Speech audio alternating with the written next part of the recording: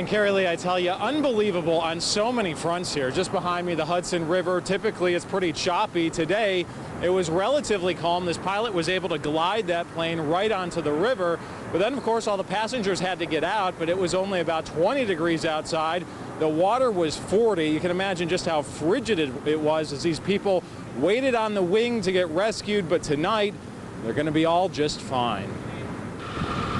From the icy waters of the Hudson to a warm city bus, just hours earlier, these passengers used the wing of their plane and a life raft to stay above water as they anxiously waited to be rescued. When I was coming down the highway by 72nd Street exit, I just saw the big splash when the plane just bounced over the water, like they landed it on the water. Moments after takeoff, investigators believe that a flock of birds got sucked into both engines. The unlikely scenario left the pilot without power, and it forced him to land in the closest and only available space in one of the world's largest cities.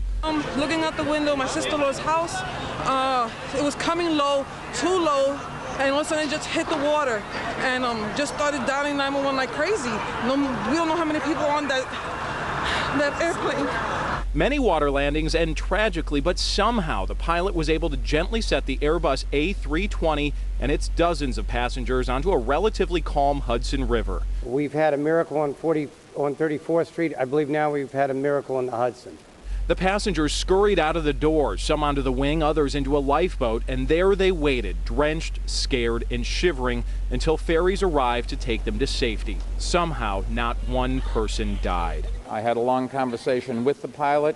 He walked the plane twice after everybody else was off and tried to verify that there was nobody else on board and assures us there were not.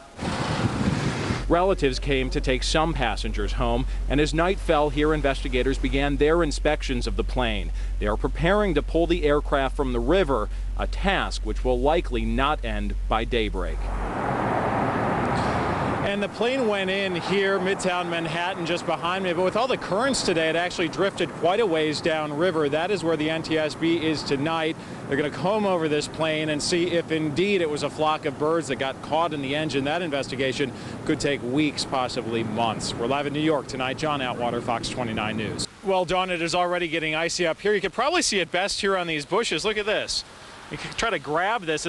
Solid, massive ice, like it was flash frozen. Obviously the rain came down, then the temperatures fell.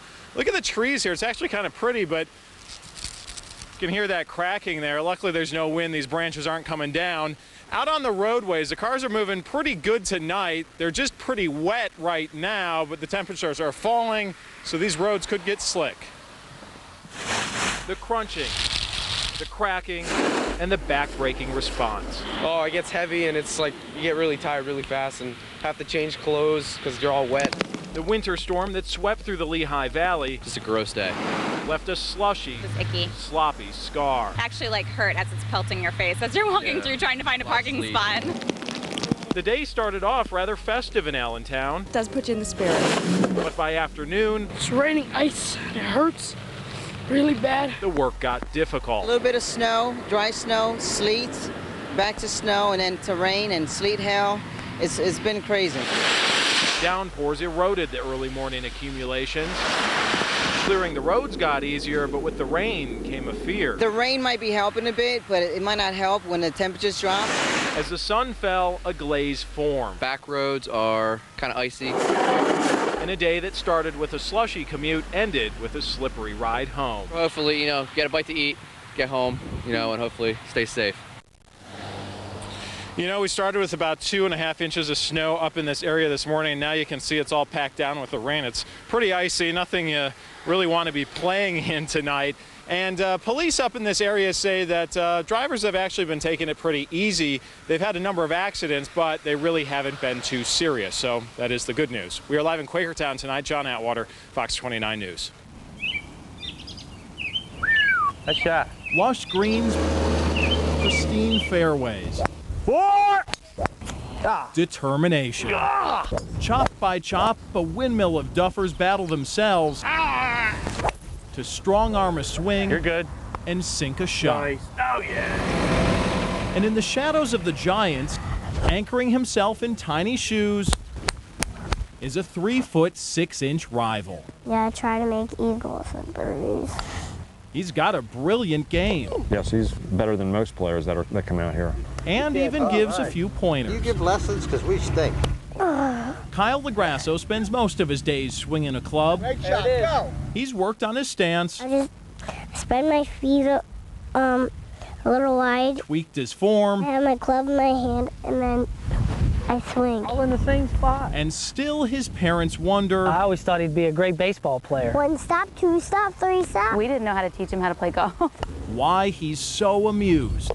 I saw Tiger first time I learned by watching TV. When I hit it out of the trap? He was only 2 then. I kind of noticed that he had a little glare in his eye. And just as his appetite for the game was developing, That was beautiful. so was a fear. It's just hard as a father. You never want anything wrong with your children. I remember a long time ago that I had a dot in my eye. Concluded that he had bilateral retinoblastoma. I had cancer in both eyes. I had 2 months to live. The LaGrassos moved to Philadelphia for surgical expertise that would save their son's life. When he got sick, real sick, and he was in the hospital for 2 weeks, and you don't know if he's going to live. I think that's the hardest thing I ever went through. His left eye had to be removed. He's got a prosthesis. He doesn't see at all. They take it out. When I have a different eye, I had no hair. But chemo saved half his vision. Why I tried to beat the cancer, and I did. I got bigger and stronger and stronger and stronger. With that strength, he's edged his way back onto the greens.